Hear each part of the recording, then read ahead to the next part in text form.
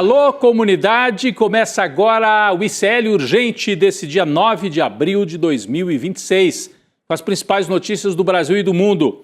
Sempre às 5 horas da tarde a gente traz informação e análise a quente, além de atualização das notícias com a Laura Couto, que já está lá na nossa redação. Boa tarde, Laura. Boa tarde, Rodrigo. Boa tarde para você, nosso espectador que está nos assistindo pelos canais do Instituto Conhecimento e Liberta, Eduardo Moreira no YouTube e também nossos canais parceiros. Aproveita que você está aqui, deixa seu like, se inscreve aqui no nosso canal e também comenta no chat de onde você está assistindo o ICL Urgente. Vamos lá, Rodrigo. Vamos lá, a Laura entrou no ar e eu ouvi assim, porque a redação estava animada. Claro, horário de fechamento do ICL Urgente, do N2, que vem aí daqui a pouco com a Gabi, o Chico Sá, toda a equipe ali trabalhando. Vamos trazer as notícias. A turma do Jair Bolsonaro está envolvida até o pescoço com o escândalo do Banco Master. Para começar, desse aí, ó. A gente começa com esse aí, né? O Weingarten, que foi ministro do Bolsonaro. É mais um nome que entrou nessa teia, ligando o esquema bolsonarista e o Daniel Worcar. Fábio Weingarten, ex-chefe da Secretaria de Comunicação Social do governo Bolsonaro, portanto ministro da SECOM, né? E depois foi assessor do PL, do Partido Liberal, acabou sendo demitido, mas segue muito próximo da família.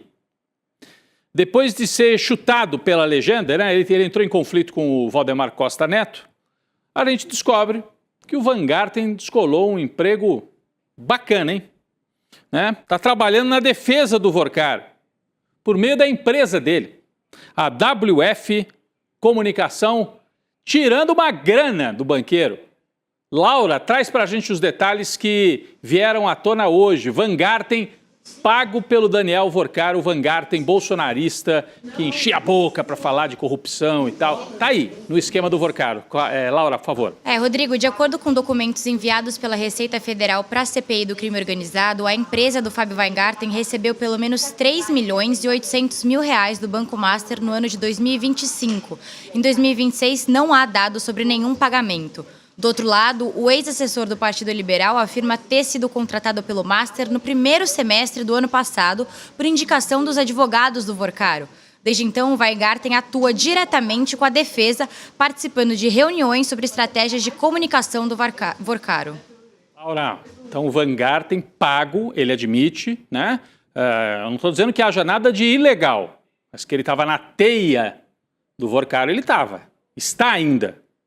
Está ainda. Ele, inclusive, admite que trabalha na estratégia de comunicação de Worcar.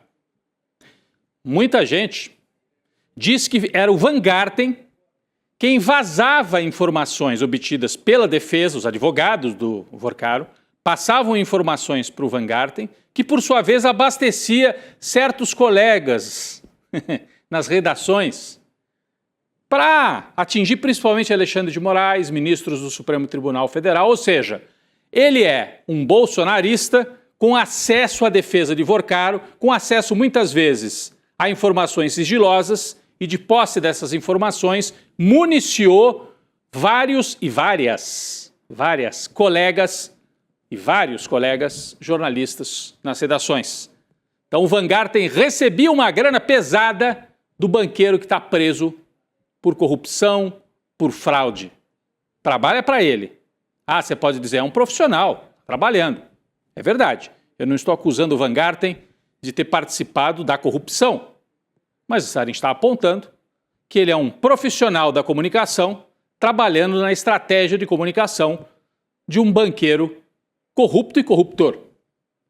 Esse é o papel que o Weingarten exercia nesse esquema. E era apenas um, hein? Parece que o Worcar gostava muito da área da comunicação. Gastava muito dinheiro com isso. Antes do Weingarten, já tinha aparecido pagamento do Worcar para aquele blogueiro Skosteg, né? Que no passado foi da Época, da revista Época, das organizações Globo. Skosteg recebeu dinheiro do Worcar também. Mas agora apareceu mais um nome, hein?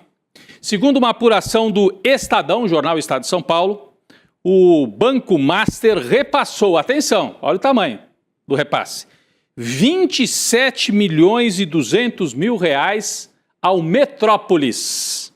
site de notícias comandado por este homem aí de bonezinho na fotografia, que é o ex-senador Luiz Estevão. O relatório do COAF, o Conselho de Controle de Atividades Financeiras, registra pagamentos que ocorreram entre 2024 e 2025, pagamentos como suspeitos para o Luiz Estevão. Olha ele aí, agora sem o bonezinho, com a cara na tela, dono do site Metrópolis. O Metrópolis recebeu o dinheiro do Forcaro e fez um débito imediato, o termo é esse, desses valores, em direção a outras empresas da família de Luiz Estevão. É como se o Metrópolis fosse só o ônibus ali, circulava, passava ali e depois já ia para outro lugar, né? O que pode configurar, segundo o relatório, possível movimentação de recursos em benefício de terceiros. Ou seja, parece que o Luiz Estevão estava querendo escoar o dinheiro do Master, mas não diretamente. Não queria que fosse direto do Master para as empresas mais pessoais. Queria que passasse pelo Metrópolis primeiro, para dar uma aparência de pagamento por publicidade, coisas assim. Mas afinal, quem é Luiz Estevão, dono do site Metrópolis? A gente separou aqui um quadro para relembrar. O pessoal de Brasília sabe bem, do Distrito Federal. Mas os mais jovens de fora de Brasília talvez não localizem. Quem é Luiz Estevão? Está aqui, ó. Dono do site Metrópolis. Ele montou esse pequeno império aí da comunicação na internet. Primeiro senador a ser cassado por quebra de decoro. Era senador por Brasília, pelo DF, né? Foi cassado. Em 2000, perdeu o cargo por desvio de verba federal na construção do Fórum Trabalhista de São Paulo, o famoso prédio do TRT de São Paulo. E ele estava envolvido, apesar de ser de Brasília, estava envolvido na corrupção, na construção do TRT aqui de São Paulo.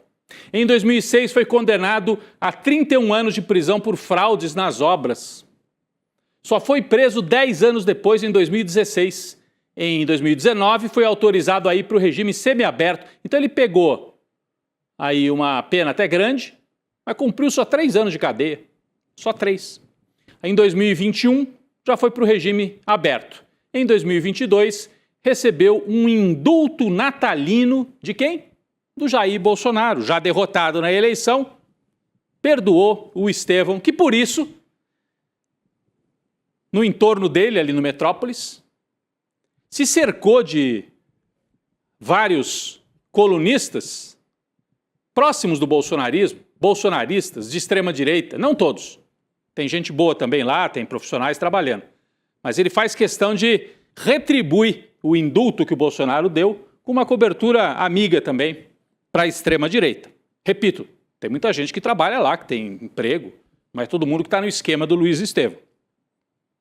Por incrível que pareça, o Metrópolis ainda, gente, não foi o único canal de comunicação que recebeu esses presentões em dinheiro do Forcaro.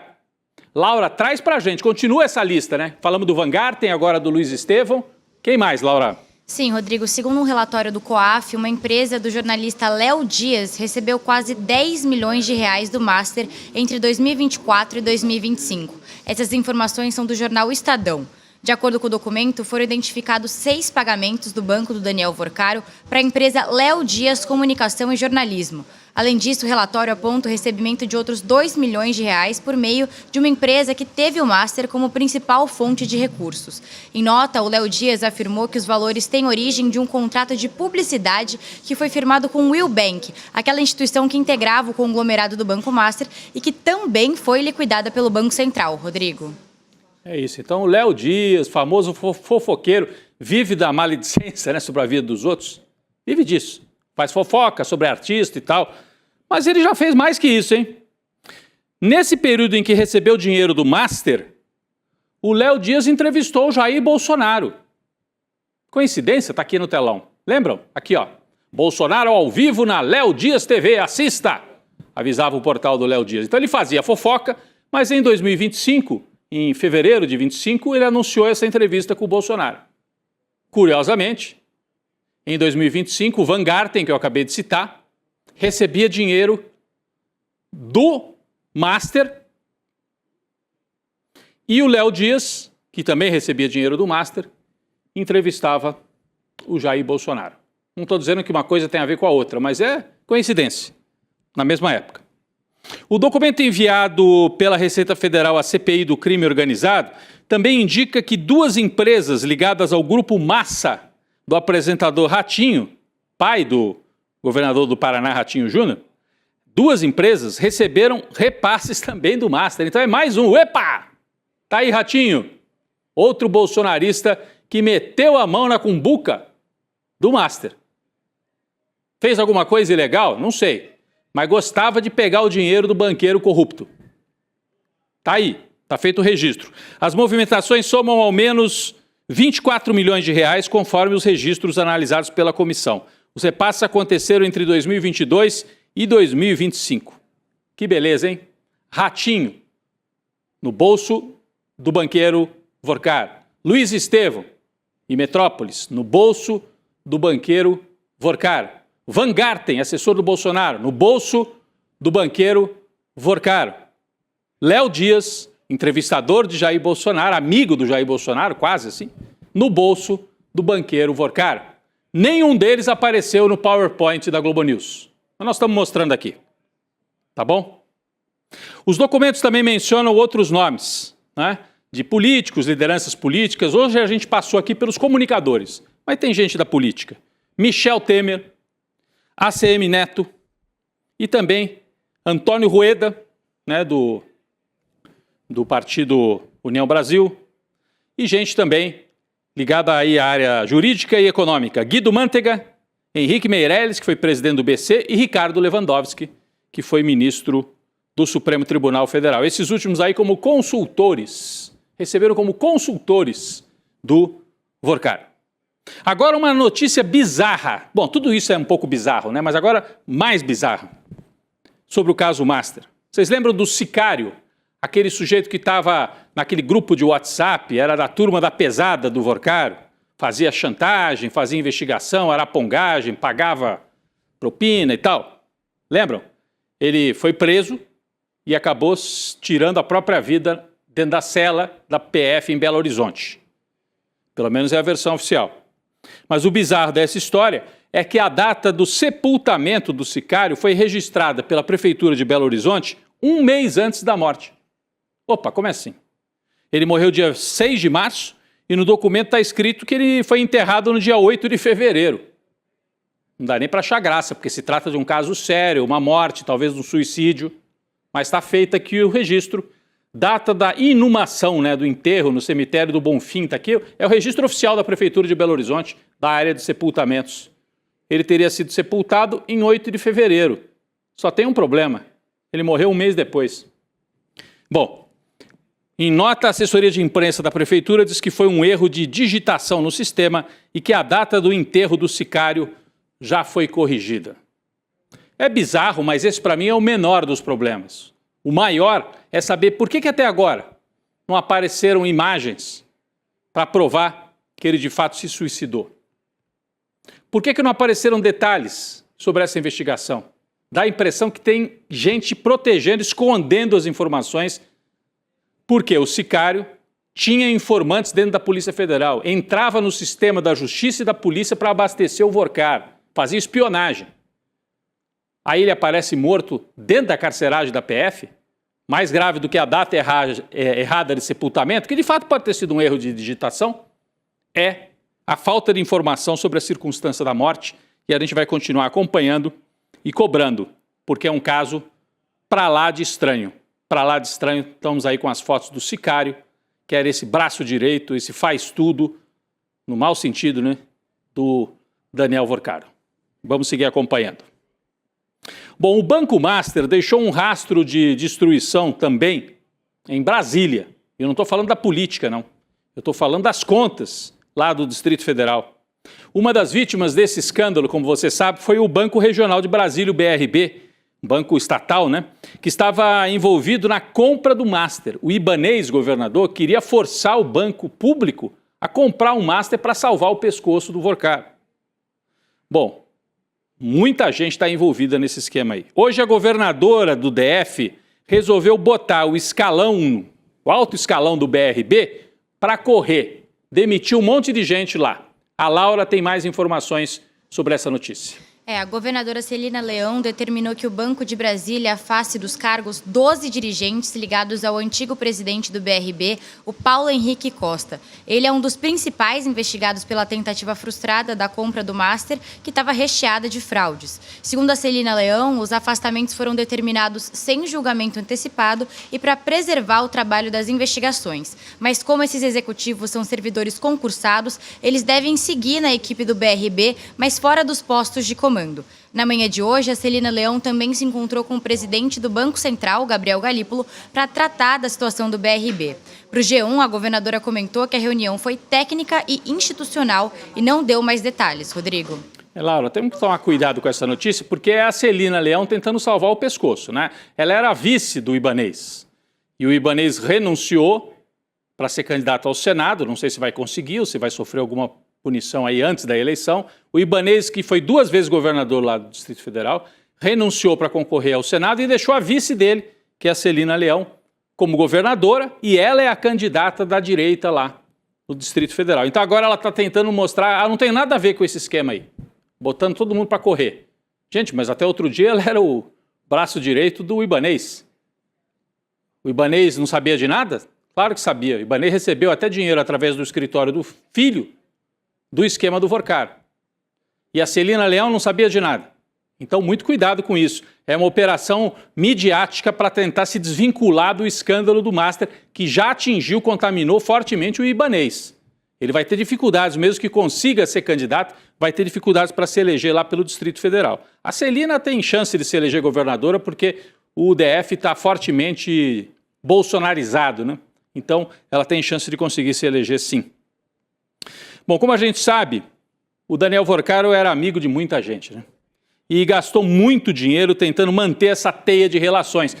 Agora há pouco a gente mostrou aí na área de comunicação, Ratinho e outros, Metrópolis e tal.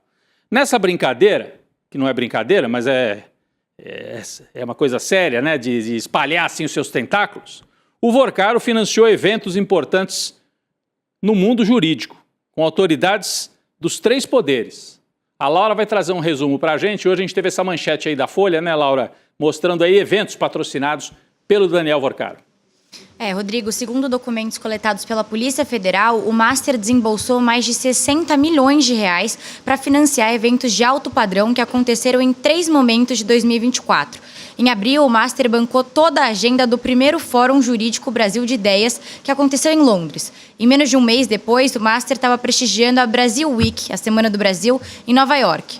Já em junho, a equipe do Vorcaro também atuou em eventos sociais paralelos à 12ª edição do Fórum Jurídico de Lisboa, que a gente conhece aí como Gilmar Palusa, numa referência ao idealizador, que é o ministro do Supremo Gilmar Mendes. O Vorcaro recepcionou 3 ministros do STF, o próprio Gilmar Mendes, o Dias Toffoli e o Alexandre de Moraes, e mais 5 ministros do STJ. Além disso, o banqueiro também ficou responsável por uma noite de homenagem ao ex-presidente Michel Temer no museu. Rodrigo. A noite estranha, hein? No museu com o Michel Temer. Que medo, hein? Olha, o Vorcaro, vamos lembrar também, financiou aquele evento da Globo, né, em Nova York. A Laura citou aqui eventos jurídicos, Brasil Week, Semana do Brasil em Nova York. Mas em 2025 ele financiou também aquele evento do jornal Valor Econômico da editora Globo. Foi o principal financiador, falou na abertura. Então ele tinha tentáculos espalhados também no Grupo Globo. Não é só o Ratinho, não. Não é só SBT. Grupo Globo também. Precisa lembrar disso. A gente fez aqui no ICL a principal matéria mostrando essa vinculação entre o Vorcaro e a Globo. Está no nosso site para quem se esqueceu. Mas é só colocar lá. ICL Notícias, Globo, Vorcaro, Nova York. Ele bancou o evento da Globo num hotel de luxo em Nova York. Esse é o Vorcaro. E aí não apareceu, né? Também no PowerPoint da Globo. Bom, vamos falar das eleições, né? Outubro tem eleição nacional, claro, para presidente, Lula, Flávio Bolsonaro, Caiado, etc. Mas tem eleições em todos os estados brasileiros. E hoje a gente teve uma notícia importante vinda do Rio Grande do Sul, né? A direção nacional do PT determinou que o partido apoia a pré-candidatura de Juliana Brizola, do PDT, no Rio Grande do Sul. E aparentemente a turma lá do PT gaúcho topou. Também foi obrigado a topar, né? Mas está fechado o acordo.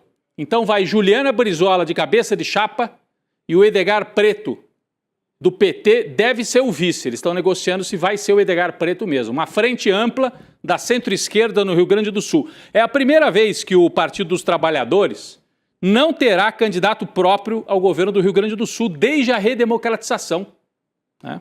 O PDT declarou apoio à reeleição de Lula nacionalmente e, em troca, estava esperando esse apoio do PT lá no Rio Grande do Sul.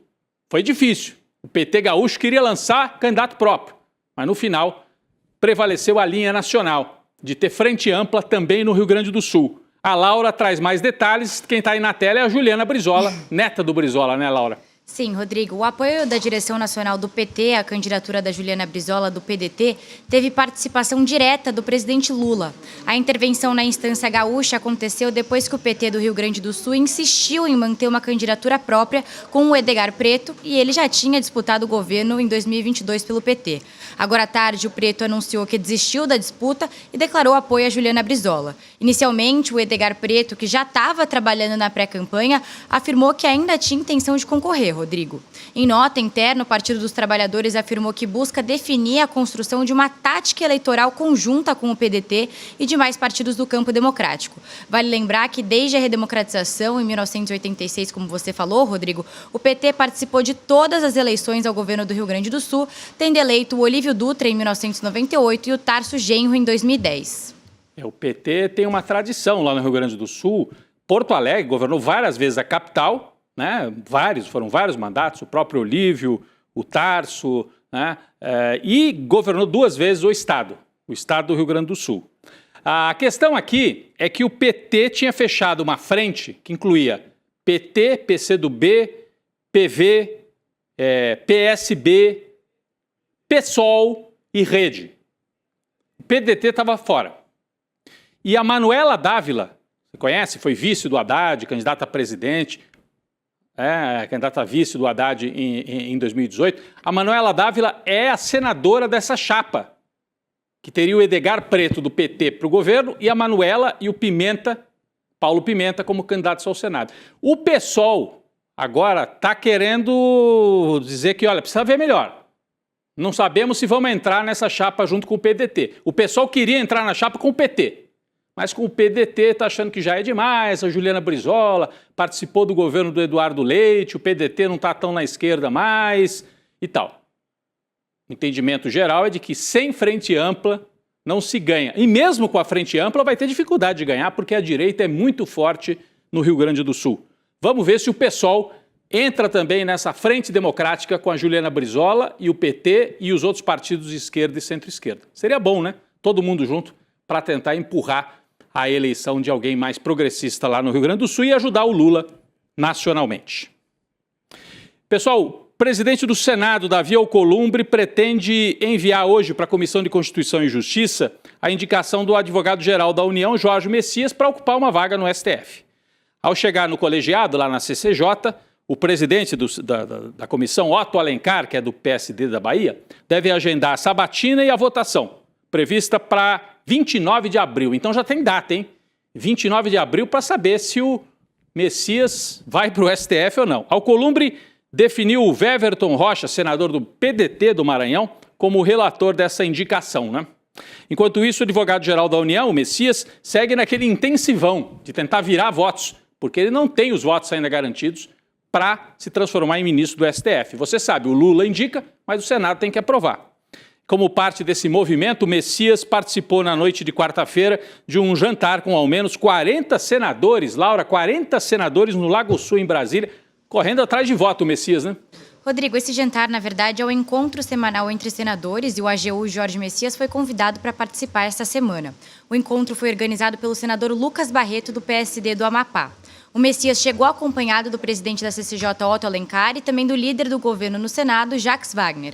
E o evento contou com ao menos 40 senadores, como você falou, Rodrigo, mas teve desfalques grandes da bancada do Partido Liberal e também da bancada do Partido Progressistas, do senador Ciro Nogueira, que inclusive também não apareceu, Rodrigo. Outra falta notada foi a do presidente do Senado, Davi Alcolumbre, que não é grande apoiador da indicação do Messias para o STF. Essa é a dificuldade. O Messias não tem a vaga garantida, hein? Ele ainda está correndo atrás. Notícia de hoje importante, hein, gente? A presidente do Tribunal Superior Eleitoral, a Carmen Lúcia, decidiu deixar o cargo antecipadamente. Ela sairia apenas no dia 3 de julho, mas anunciou que antecipou a saída. E quem assume? Cássio Nunes Marques, bolsonarista. E com o André Mendonça, outro bolsonarista, na vice. Olha só quem vai comandar o TSE a partir de agora, inclusive na eleição, né? A escolha simbólica, né, do magistrado Cássio Nunes Marques para presidir o TSE vai acontecer no próximo dia 14 de abril, né, e a cerimônia de posse está prevista para maio. Então, a partir de maio, o TSE é na mão dos dois bolsonaristas. Ao anunciar a decisão, Carmen Lúcia afirmou que se cumprisse todo o mandato até julho, ia entregar o cargo muito em cima da hora da eleição e o Cássio Nunes Marques não ia ter como preparar a eleição direito, questões administrativas e tal. Carmen Lúcia afirmou que a medida busca garantir equilíbrio e tranquilidade na passagem das funções. Da parte dela, pode ser. Agora, nós vamos sofrer na mão desses dois aí até a eleição. Vai estar cheio de truque, podem aguardar. Cheio de truque para favorecer a direita nas eleições. Notícia de agora há pouco também do Judiciário. O ministro Flávio Dino pediu vista no julgamento das eleições, né, para escolher o governador tampão lá no Rio de Janeiro. Você sabe, o STF tem que decidir se a eleição vai ser direta ou indireta, porque o Rio está sem governador, está com um governador interino lá, né?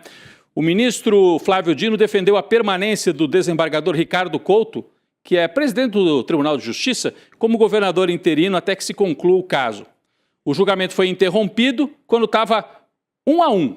Tinha um voto a favor de eleição direta, logo agora, e um outro voto por eleição indireta. Logo depois que o Dino pediu vistas, o André Mendonça resolveu adiantar o voto dele e acompanhou o Fux pela eleição indireta. Por quê? Os bolsonaristas querem eleição indireta porque na Assembleia a chance de eleger um bolsonarista desde agora, que seria o Douglas Ruas, para depois ele ser candidato a governo na eleição direta de outubro, estando já no cargo. Essa disputa que está nos bastidores e tem 2-1 a favor de eleição indireta.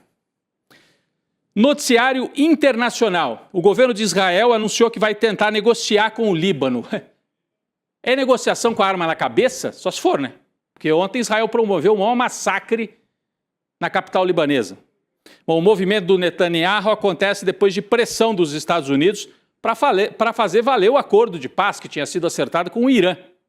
Em nota, o primeiro-ministro Benjamin Netanyahu disse o seguinte, vamos colocar a nota do Netanyahu aqui no telão, abre aspas. À luz dos repetidos pedidos do Líbano, eu instruí o gabinete a começar negociações diretas o mais rapidamente possível. Elas vão focar em desarmar o Hezbollah e estabelecer relações pacíficas entre Israel e o Líbano. Então eu mato metade da sua família e depois eu falo, vamos fazer um acordo? É mais ou menos o que está dizendo o Netanyahu. Bom, em resposta, o Hezbollah anunciou que rejeita as negociações.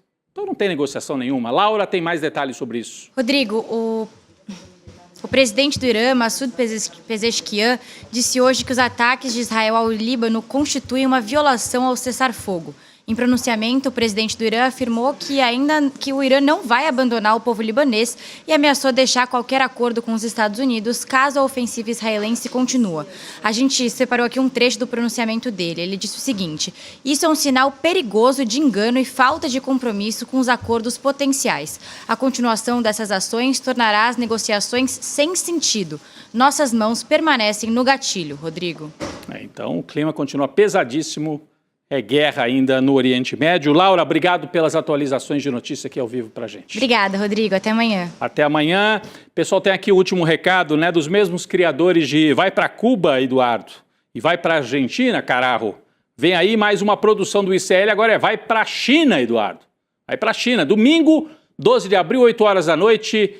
Você assiste aqui no ICL esse documentário para entender melhor o mundo chinês, principalmente a tecnologia, né? Ontem, a Juliana Baroni, que dirige o documentário, explicou para a gente aqui o foco maior dessa vez não é assim a economia, a cultura, a gastronomia, é a tecnologia na China.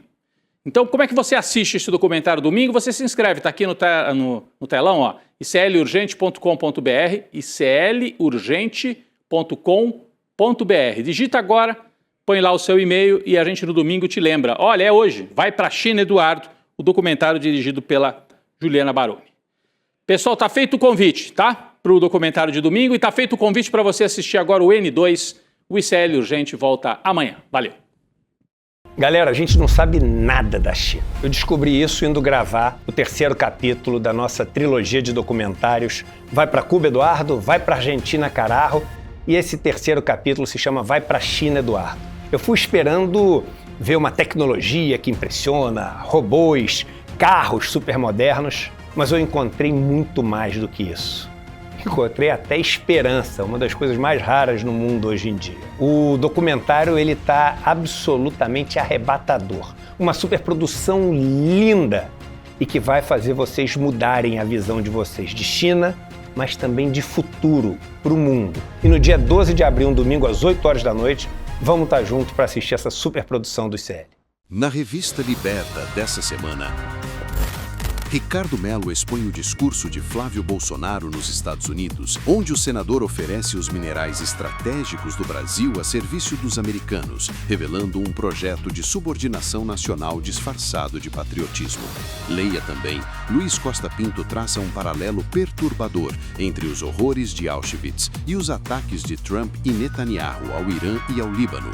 Ainda artigos de Nina Lemos, Jamil Chad e muito mais. Revista Liberta. Independência em cada palavra. O ICL está em todo lugar. Na palma da sua mão, na TV da sua casa e até nos seus ouvidos. Para ir além da manchete e mergulhar com apuração e contexto de verdade, acesse iclnoticias.com.br. Siga o ICL, compartilha e vem com a gente. Informação para quem pensa.